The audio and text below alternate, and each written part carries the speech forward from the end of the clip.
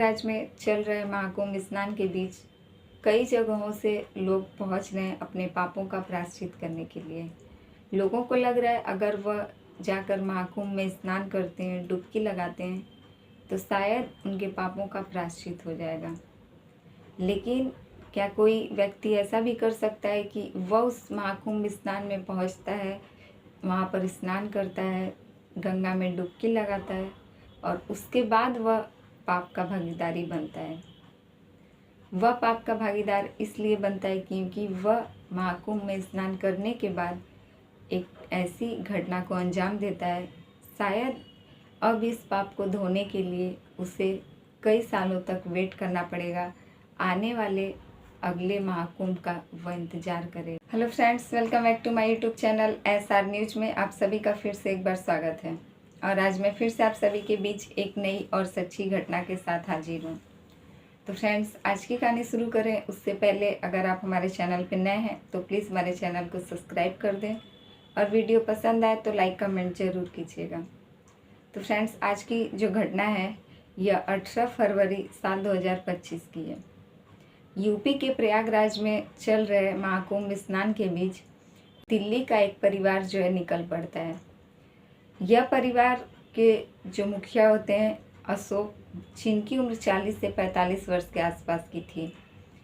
इनकी पत्नी रहती है मीनाक्षी, यह 30 से 35 साल के आसपास की बताई गई है। इनके 2 बेटे रहते हैं, अश्वनी और आदर्श। अशोक अपनी पत्नी मीनाक्षी से एक दिन कहते हैं कि चलो मैं तुम्हें कुंभ स्नान करवा कर लाता हूँ। मीनाक्षी जो थी बहुत खुशी खुशी तैयार हो जाती है और अपने पति के साथ कुंभ स्नान के लिए प्रयागराज पहुँचती है। अभी बीते 18 फरवरी साल 2025 को यह लोग पहुँचते हैं दिल्ली से प्रयागराज। और प्रयागराज पहुँचते ही यह लोग आज़ाद नगर केतवाना क्षेत्र के अंतर्गत जो नई झूसी है वहाँ पर यह लोग स्नान करते हैं। और स्नान करने के बाद जो कि इन लोगों को दिल्ली वापस लौटना था, यह लोग सुबह स्नान करते हैं। अब यह लोग सोचते हैं कि पूरा दिन का समय कहाँ गुजारा जाए, जो कि रात को इन लोगों को ट्रेन पकड़ना था वापस दिल्ली के लिए। तभी यह लोग वहीं आसपास जो है ऐसे जगह की तलाश कर रहे थे जहाँ यह लोग समय गुजार सकें। इसके बाद यह लोग एक व्यक्ति से पूछते हैं कि आसपास कोई लॉज है क्या। वह व्यक्ति उन्हें एक पता बताता है, वहीं बस्ती में एक केवट लॉज करके है। उसी लॉज में ये लोग पहुंचते हैं जिसका किराया मात्र 500 रुपये था।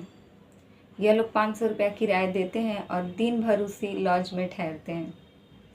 अब जब वहाँ से यह लोग वापस जाते हैं, जो अशोक थे वह अपने बेटे को दिल्ली कॉल करते हैं और अश्वनी और आदर्श को यह सूचना देते हैं कि तुम्हारी माँ कुंभ में भीड़ में कहीं खो गई है और मैं उसे बहुत ढूंढने की कोशिश कर रहा हूँ, उसका कुछ भी अता पता नहीं चल पा रहा है।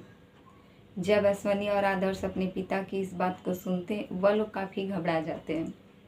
अब वह लोग भी दिल्ली से अपने पिता के पास पहुँचते हैं यहाँ प्रयागराज में और प्रयागराज आके वहाँ की पुलिस से संपर्क करते हैं और वह लोग बताते हैं अपनी माँ की तस्वीर दिखाकर कि यह मेरी माँ है मीनाक्षी देवी और यह मेरे पिता के साथ यहाँ कुंभ स्नान के लिए आई थी और भीड़ में वह मेरे पिता से उनका हाथ छूट जाने की वजह से वह इसी भीड़ में कहीं खो गई हैं। अब यूपी पुलिस जो वहाँ प्रयागराज में ड्यूटी के तौर पर थी वह उस महिला की तस्वीर को देखती और बताती है कि पूरी बात सुनने के बाद वह लोग कहते हैं कि यह नई झूसी का मामला है तो आप आज़ाद नगर थाने में संपर्क कीजिए। अब जैसे ही यह लोग उस थाने पहुंचते हैं, उस महिला की तस्वीर देखने के बाद पुलिस वाले जो है इन लोगों को पोस्टमार्टम रूम में लेकर जाते हैं, क्योंकि पोस्टमार्टम रूम में एक महिला का शव रखा हुआ था और उस महिला के किसी भी परिजनों का पता नहीं चल पा रहा था, ना ही उस महिला की पहचान हो पा रही थी। इसीलिए 72 घंटों तक पुलिस वेट कर रही थी। अब इधर यह लोग पहुंचते हैं, पुलिस इन लोगों को पोस्टमार्टम रूम में ले जाती है और वहां जाते ही अपनी माँ की साड़ी देखकर दोनों बेटे पहचान जाते हैं और पुलिस वालों के सामने यह दोनों बेटे जो है रोने लगते हैं। यह लोग कहते हैं कि यह मेरी माँ है, क्योंकि वह लोग साड़ी से अपनी माँ को पहचान जाते हैं। अब पुलिस वाले उनसे यह बात पूछते हैं कि आखिर मामला क्या है। तब यह लोग बताते हैं कि 18 फरवरी को कुंभ स्नान के लिए दिल्ली से प्रयागराज पहुंची थी उसकी माँ और उसके पिता। उसके पिता का अचानक कॉल जाता है कि उसकी माँ जो है कहीं भीड़ में खो गई है। इसीलिए वह लोग अपनी माँ की तलाश करने के लिए दिल्ली से प्रयागराज पहुंचे थे। अब जब पुलिस पिता को थाने बुलाती है, पिता भी थाने पहुंचते हैं, जो कि उन्हें पता चल चुका था कि मामला पुलिस तक पहुंच चुका है। उनके बेटे अपनी माँ को ढूंढने के लिए पुलिस की मदद ले रहे हैं। पिता यानी कि अशोक जो है वह पुलिस के पास पहुंचता है और वहां जाने के बाद पहले तो मनगढ़ंत कहानियाँ सुनाता है, लेकिन जब लास्ट में वह थक हार जाता है तो वह पुलिस के सामने अपनी पूरी सच्चाई बताता है। और वह बताता है कि वह अपनी पत्नी मीनाक्षी को 18 फरवरी को यहाँ महाकुंभ में स्नान करवाने के बाद केवट लॉज में लेकर गया था, जहाँ बिना किसी आईडी प्रूफ के उसने वहाँ पर ठहरने के लिए 500 रुपये भी दिए थे। और वहीं 3-4 घंटे ठहरने के दौरान वह अपनी पत्नी को वॉशरूम में ले जाकर अपनी पत्नी की किसी धारदार हथियार से हत्या कर देता है और उसके बाद अपनी पत्नी की पहचान न हो पाए, इसीलिए सारा सामान वहाँ से समेट कर फरार हो जाता है। और इधर वह अपने बेटों को एक झूठा कॉल करता है, जिसमें कि यह बताता है कि तुम्हारी माँ जो है कुंभ में कहीं खो गई है। कई बार कुंभ में भगदड़ की खबर सुनने के बाद उनके बेटे भी जो थे हैरान हो गए थे। उन्हें लग रहा था कि शायद भीड़ में माँ कहीं खो गई हो, इसीलिए वह लोग अपने पिता की मदद करने और अपनी माँ को ढूंढने के लिए यहाँ आए थे।